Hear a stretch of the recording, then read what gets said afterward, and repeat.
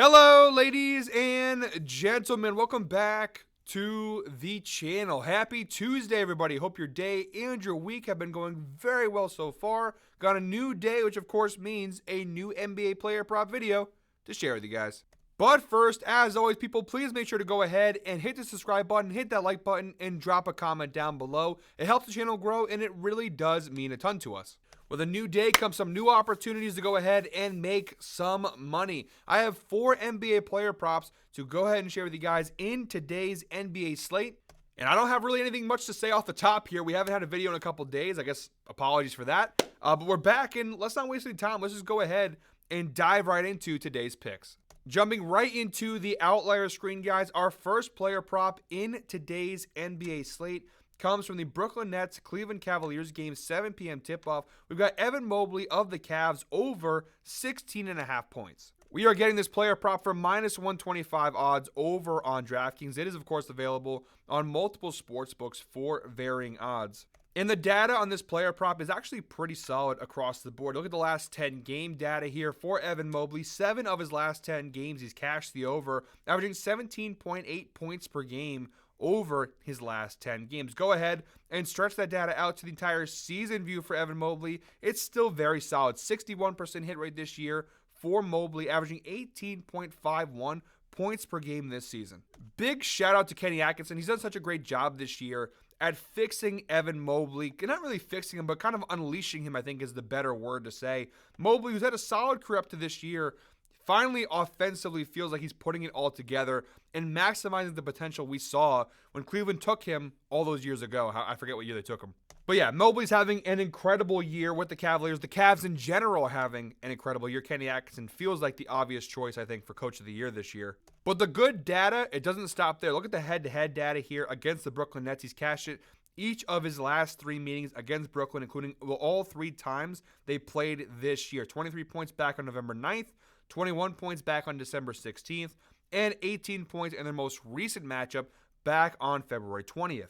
Defensively, you might be surprised to find out that Brooklyn, they actually are a pretty solid team defensively overall. Versus power forwards, they have the 12th best defense in the NBA, giving up 22.1 points per game to opposing power forwards. However, all that being said, again, he's cashed it all 3 times. He's played Brooklyn so far this year. So, yeah, defensively, it's not the best matchup from a statistical standpoint. But, I mean, I guess actually from a statistical standpoint, it actually is a good matchup because all 3 times he played them this year, he scored at least 18 points. So, actually is a pretty good matchup. The data across the board seems to be pretty solid. And for minus 125 odds, really good player prop. The only downside here is the potential of a blowout. The Cavs, I believe, are 15.5-point favorites in this game. That's really the only big downside I can kind of present you guys is that if this game is a blowout, there's a good chance Mobley may not play the minutes he needs to play in order to cash this player prop. But besides that, that's the only real risk here. It's a really solid matchup, really solid player prop overall here for Evan Mobley. That's the first player prop in today's video.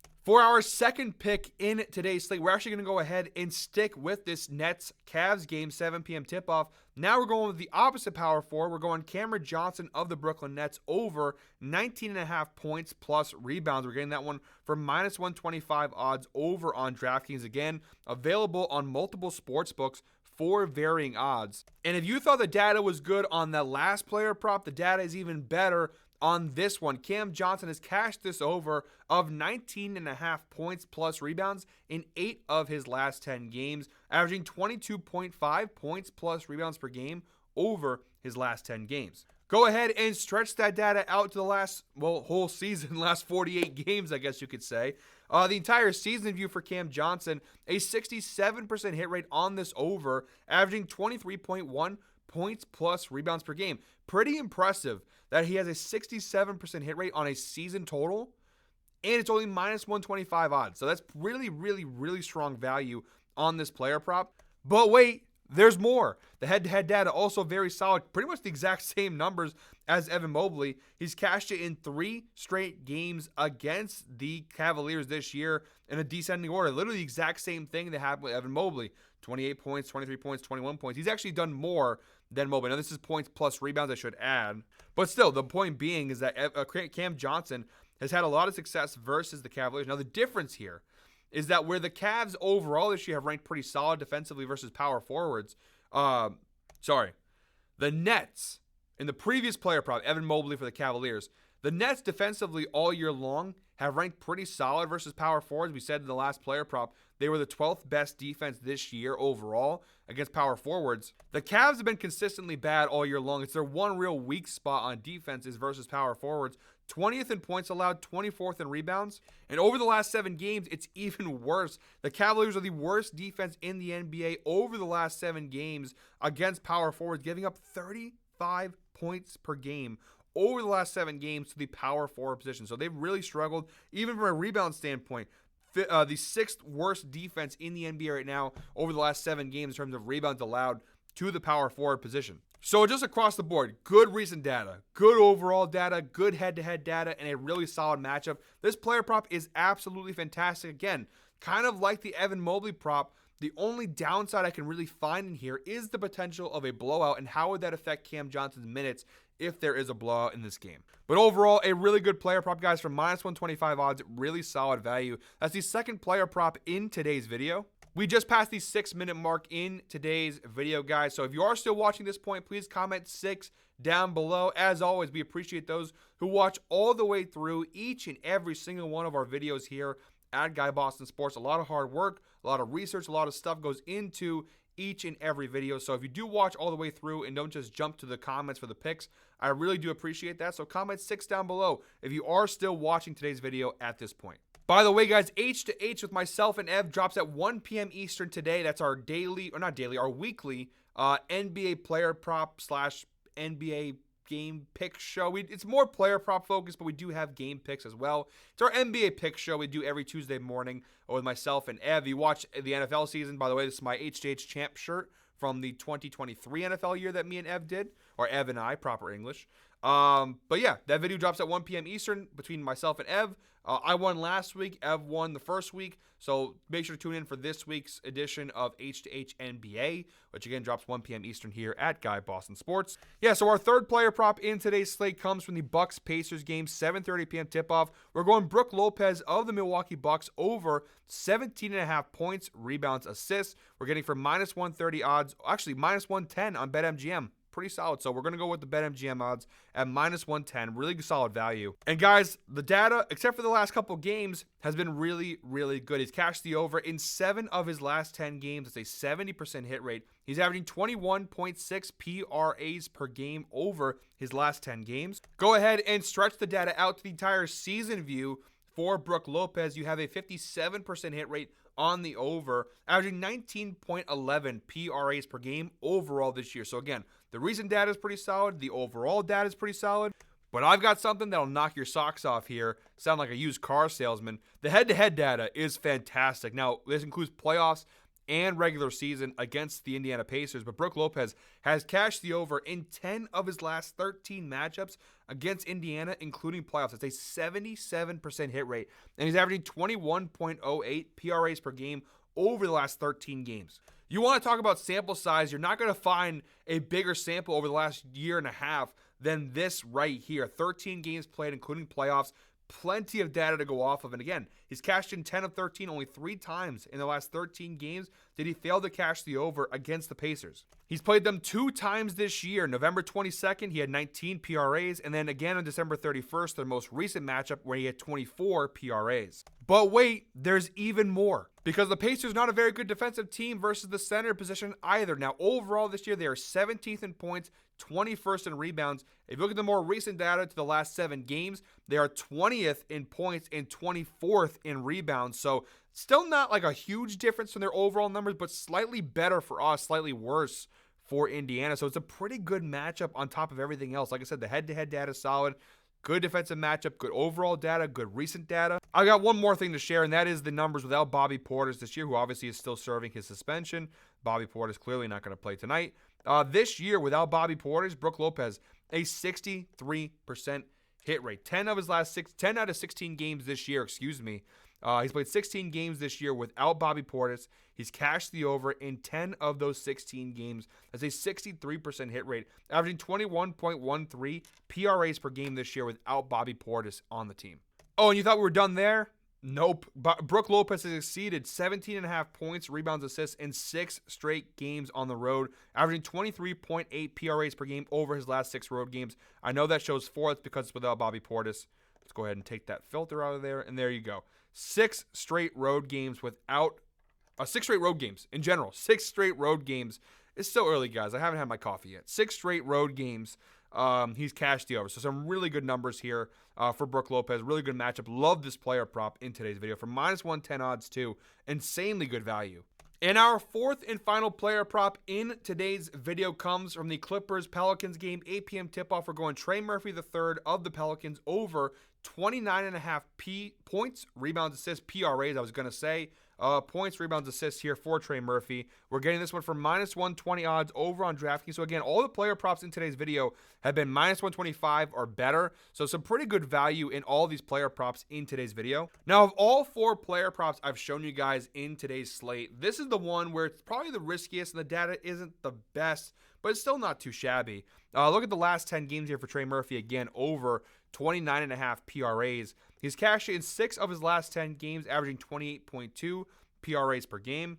Stretch the data out to the last 20 games, 65% hit rate, averaging 32.1 PRAs per game over the last 20 games.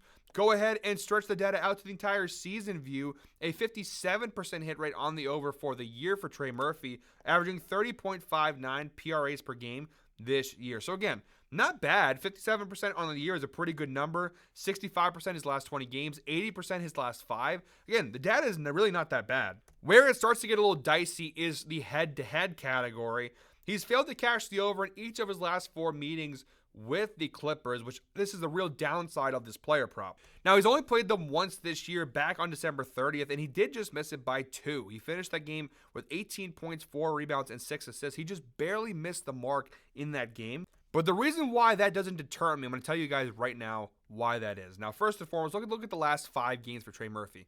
The volume has been really solid with DeJounte Murray being out, with some of the other injuries they have. Trey Murphy has sort of become the second best offensive weapon on this team. Now, you can make the argument that McCollum is the second best offensive player after Zion. I think it's Trey Murphy at this point. I think Trey Murphy is the second best player the Pelicans have currently, with DeJounte Murray being out. And since Murray has gone down, his volume of shots has significantly increased. Look at their last game out versus Memphis. 21 shot attempts for Trey Murphy. Now, he only shot 9 for 21 from the floor, which isn't the best, but 21 shot is a very high volume. Over the last 5 games, he's averaging 16 field goal attempts per game and shooting 48% from the floor, including 8 threes per game. So a really high volume of shots there for Trey Murphy. The rebound chances and the assist chances have been there too. 7 potential assists over the last 5 games, 8.8 rebound chances over the last 5 games. So a lot of volume, a lot of opportunities, averaging 35 minutes per game. So he's playing a lot as well. Now, why does all of this matter when we're talking about the head-to-head matchup? Let's go back to that head-to-head data here against the Clippers for some context. The last time they played, let's use the one time they played this year as sort of our real kind of, comparison mark. In that game, he did play 38 minutes, which is about consistent with what he's playing right now, around 35, 36, 37, 38 minutes per game. He only took 10 shots in that game, 6 for 10 from the floor, not bad, but only 10 shot attempts. Again, he's averaging 16 shot attempts per game over his last 5 games, including some games where he's taking over 20 shots a game. Now, what did we talk about? He missed this player prop by 2 PRAs. Guess what? He hits one more field goal, a 2-pointer, a 3-pointer, whatever, you cash the over. If you add 6 or 7 or even 5 more shots to his number from that game, you have to assume, let's say 5 shots, right? Let's say he took 5 more shots. Now it's 15 shot attempts. I think it's safe to assume one of those 5 shots would have gone in. And guess what? Now you have it over on your hands. So that's kind of my thought process here is, look, he just barely missed the last time they played. He was very close. He's taking more shots. The rebound chances are higher. He had in the last time they played, he had 7 rebound chances. We just talked about he's averaging almost 9 rebound chances per game over the last 5. Potential assists. He did have 8, which is around where he's averaging right now. But the point being, there's more opportunity for him this time around. And the matchup defensively is actually pretty solid. The Clippers this year versus small forwards, 25th in points, 22nd in rebounds. Assists, not great, but he doesn't get a ton of assists anyways. Points and rebounds, though, they're bottom 10 in the NBA in both of those categories versus small forward. So it actually is a pretty solid defensive matchup here. And look at the way the Clippers are built. Defensively, they're built to slow down Zion. They're built to slow down McCollum. The one area where a player could really have a good day is the 3 spot, and that's where Trey Murphy primarily plays. So I think it's a really good matchup. Yes, the head-to-head data hasn't been what we'd like to see on a prop like this, but we just talked about his volume has increased significantly from the last time they played. And to be honest, this line probably wouldn't be this high when the last time they played. Like when they last played, this line was probably like 26.5, which you would have seen a cash. So, the line is clearly elevated because of the matchup, because of the situation. So I really do like the player prop for Trey Murphy. -120 odds too. Really good value. I know the head-to-head data, it might turn some people off. I understand.